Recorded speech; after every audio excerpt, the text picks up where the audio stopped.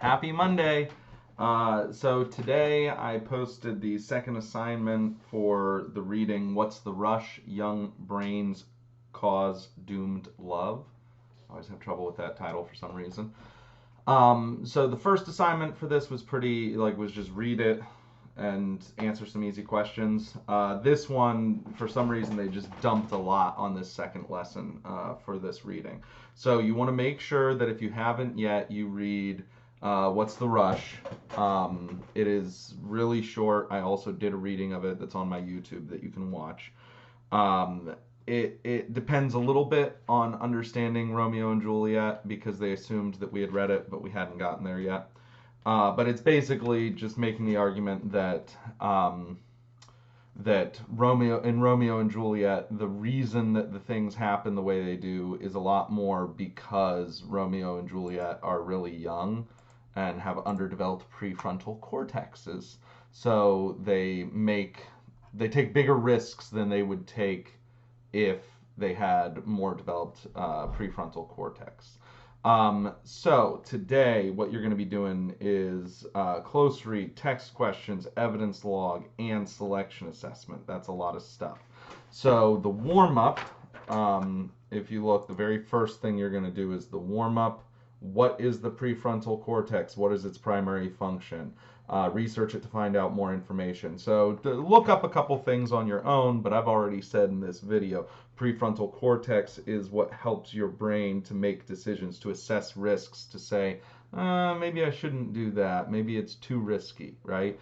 That is not as well developed until you're 25, the article says. So then you're going to be doing the close read, text questions, evidence log. I think I put the text questions first for you guys, which I think makes a lot more sense. Interpret, classify, make a judgment, and relate. You should be able to do all of these on your own. You'll see a lot of them are kind of opinion. Like number 2, what is an example of a good risk? What is an example of a bad risk? That's based on your opinion. So once you finish that, you are going to be doing the close read guide, which I recreated. So originally, you may recognize it looks like this, but I put the questions back in. Revisit the text you marked during the first read. So we want to look at a portion of the text that we read. The part that I am going to grab, as we're grabbing a part of the text, remember we want to grab something that relates to our essential question about whether we control our destiny in life and in love. So I am probably going to grab the part, the only problem is that the prefrontal cortex is slow to grow. It, in fact, does not seem to be fully developed until about age 25. Before that time, young people take risks that seem silly or dangerous. I remember there was a really good line about, some research seems to indicate that this risk taking is like a dress rehearsal for real danger. Since our brains learn from experience, we take risks when we're young to learn how to make good decisions when circumstances get really serious. I think that's a really useful line as well. So I'm going to revisit that and I'm going to say, what did I conclude? So for me, I might say, well, I concluded that this has some good practical information about how our brains work when we're young compared to how they work as we age, especially after the age of 25. And that could have a big influence on sort of this idea of who's really in control, right? That when I'm young, I may feel like I'm in control, but I'm making decisions that my brain knows aren't the best, but it's not as good at managing itself yet, just because of chemicals and like the development of my actual brain, right? That's not in my control. That's a thing that's outside of my control. Think about the author's choices of pattern structure. So you could talk about how like this is clearly like an article. They take time to summarize the original text, Romeo and Juliet. One thing that they mention in the questions here is that they use slang, right? They use some slang like things like good to go. Using phrases like that makes it sound less academic and a little more approachable. So clearly this was written for the average person, you and me, not other academic professionals. And then the last thing, which we've done this in the past, you're going to grab a paragraph that grabbed your interest and explain the power of that passage. So I will probably stick with the passage I've already been looking at, and I'm going to do that section about how young people get into risky situations as a dress rehearsal for real danger, because it's also followed up by that idea that sometimes young people are in really dangerous situations. So it's not a dress rehearsal anymore, it's the real deal.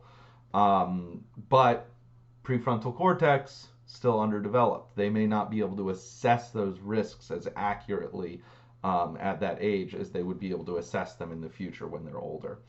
So that's your close read guide. Your evidence log originally looks like this. I have recreated it, and I've actually put evidence from the text first. So you're going to grab a quote, probably the quote you were just using on the close read guide.